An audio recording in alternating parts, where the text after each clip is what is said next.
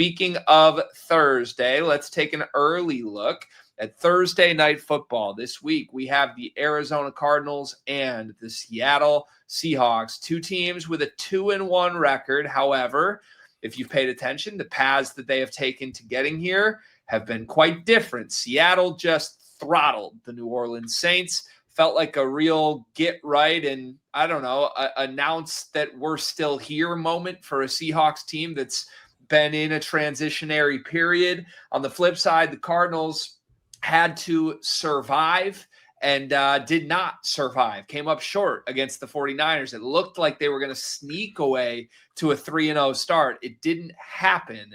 Now, James Conner is the name to discuss because we think this may be a career-ending injury for James Conner, as tragic as that sounds.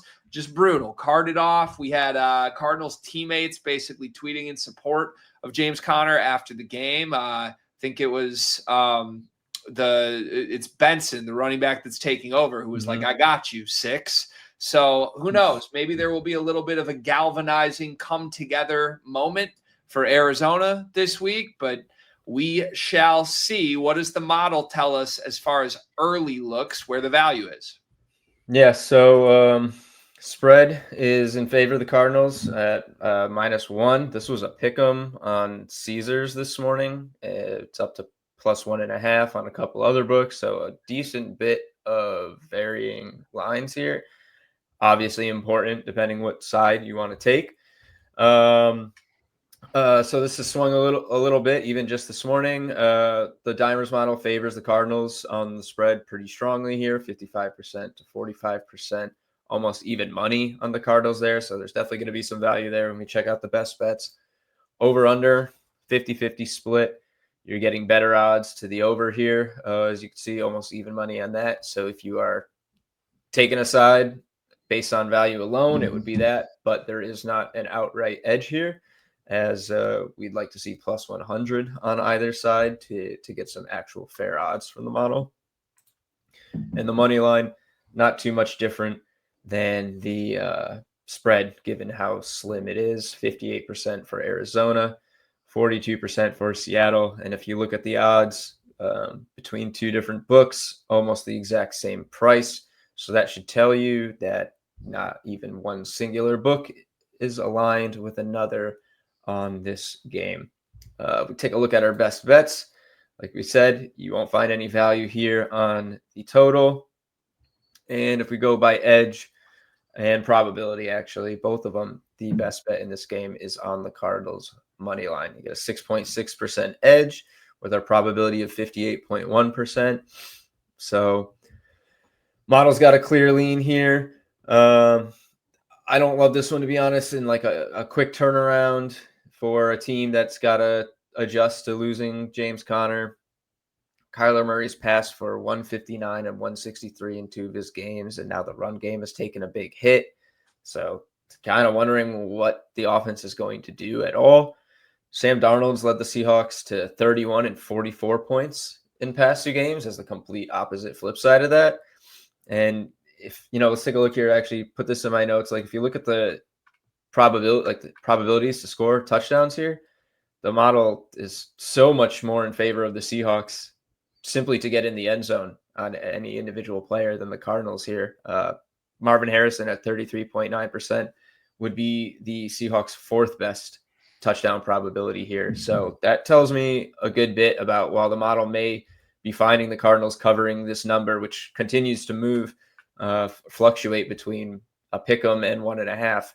It may be finding them covering that often in the simulations, but in the nitty gritty of the game, it doesn't bode very well for the Cardinals. I don't know what to do with the Cardinals. Like, without James Conner, doesn't it just feel like a totally different group? I don't know what to expect. I would have thought that with a pick'em spread, the model would like Seattle, to be honest. But that's why I'm not the model. And maybe I'm just overestimating Connor's impact. But he's just so steady. He's done it for decades at this point. I'm a little surprised by this, Dave. We may not even be seeing the full impact here. Come Wednesday, Thursday, especially Thursday, right before the game, the models kind of settled in and run even more updated simulations with the line. If the line moves further and settles in at a different number, we might get an even more definitive look. But just for me personally, I just think the Cardinals are hitting a tough spot here. It's a divisional game. Those are always, especially in the NFC West, really gritty, dirty games. Look at yesterday, 16-15 for the 49ers. What kind of score is that? It's an NFC West score, and this could be something similar. And I just think the caliber of team here is pretty different. So, yeah, I think I agree with you. I feel like again, it's early. This is why I like the NFL, because you can do your research on a Monday, Tuesday, and then kind of let your thoughts settle and come back and get tactical as you get closer to Thursday. For me, my early read on this is that I'm going to be looking to a lot of player props here. I'm going to do my best to convince myself to stay away from the 1-point spread either way. I won't be stunned if either side wins this game. And as far as running back injuries go, probably should remind ourselves too, Charbonnet is rumored to be back for Seattle in this game, which if you've paid too much attention to Seattle this year, they've been by far their most dangerous when Kenneth Walker has been exploding on the ground. And in week 1, Charbonnet got the bell cow touches. In week 2, it was more of a split, and he looked hobbled. In week 3, Charbonnet was out, and Kenneth Walker found the end zone. So I'm unsure with running back situations on both sides. A lot of questions, but if you have injury questions, sometimes that's where you can find the most value in terms of player props, depending on who you're targeting. So you're highlighting Trey Benson here. Is that where you're leaning from a prop outlook? Where I'm scrolling, yeah, Trey Benson. Obviously, it's the storyline of the game. We'll talk about him very briefly in our upcoming waiver wire segment. But he's projected for 64 rushing yards in the lead role, 27.3% anytime TD probability. That compares to a previous average of 34.6 rushing yards in our projections over the first 3 games, and under a 15% anytime TD probability. So as you would expect, you're seeing his numbers go up with an expected workload increase. What he delivers in that role remains to be seen. He's kind of been battling against backfield committees his whole career. So this is legitimately his first crack at leading this. And aside from Kyler Murray, I don't think he's going to run into very much competition from Amari DiMercato. One other thing I want to look at is just the Seahawks receiving core. Jackson Smith-Njigba is obviously a very, very clear wide receiver 1 in this offense, almost 100 yards, just shy in 3 straight games. But beyond that, Cooper Kupp, not really done much, hasn't found the end zone. Torrey Horton, touchdowns in back-to-back weeks, fewer targets, but is emerging here as an actual contending target threat in this offense. And with Cooper Kupp not really doing much, and Jackson Smith-Njigba running away with the 1 role, wide receiver 2 is pretty open here. You'd like to see him get some more targets, but Torrey Horton, maybe a little deep cut waiver wire ad or free agent ad. Look at him for touchdowns. You know what? Actually, I think I saw something earlier. Let's see, the updates could get me here, but look at that.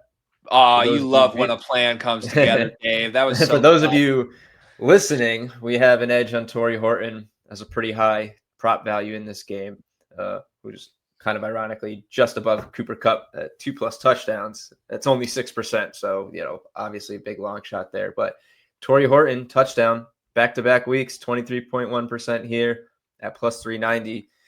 A quick math, I think those fair odds would be about 320. So you're getting a value there. And something to watch this week for sure. Torrey Horton's role in this offense. Yeah, and I think Horton's fun. Go ahead, Greg. Horton's fun. I just wanted to just add, like, he was at Colorado State in college, and it was one of those, like, stay up late, watch the Mountain West game that kicks off at 11 p.m. just to get a chance at betting Torrey Horton 2 touchdowns at Colorado State. He's dynamic. They've used him on special teams a little bit too, and he almost broke one last week. So I feel like usually, especially with an early in their career guy, a rookie or something like that, I feel like when teams are clearly going out of their way to find creative ways to get a player the ball, that usually bodes really well for role expansion, opportunity, all of that. And that's been true with Horton through the early start to the season for sure. It looks like Seattle just cannot scheme enough ways to involve him, whether it's special teams or offense or whatever. I don't know that I would go so far as to frame it as like he's going to cut into Kupp's workload. I do like him as an end zone threat more than Kupp personally. Now, Kupp is also still very involved in this, but it feels like for whatever reason with Darnold, they just haven't found that sort of chemistry in the red zone whatsoever. And Kupp's not exactly a big lob threat type. So to me, Torrey's got big playability from all over the field, whether you're trying to break an 80-yard return or whether you're trying to find a guy in the red zone. There's plenty of ways to see him impact the game and score. I love that the model loves this because I also love this. And if he is on your waiver wire, shame on your fantasy league. At this point, you got to stash this guy, especially if you're in a keepers league. So check it out. You heard it from Dave and you heard it from the model. Dimers Pro, reminder, you need to get it because it gives you insights into Thursday night football and every other game on the NFL slate all season long. Make sure you take advantage. We're already into week 4. This season is flying by. You're not going to want to miss it. It can help you win some money just the way it's helped us this season.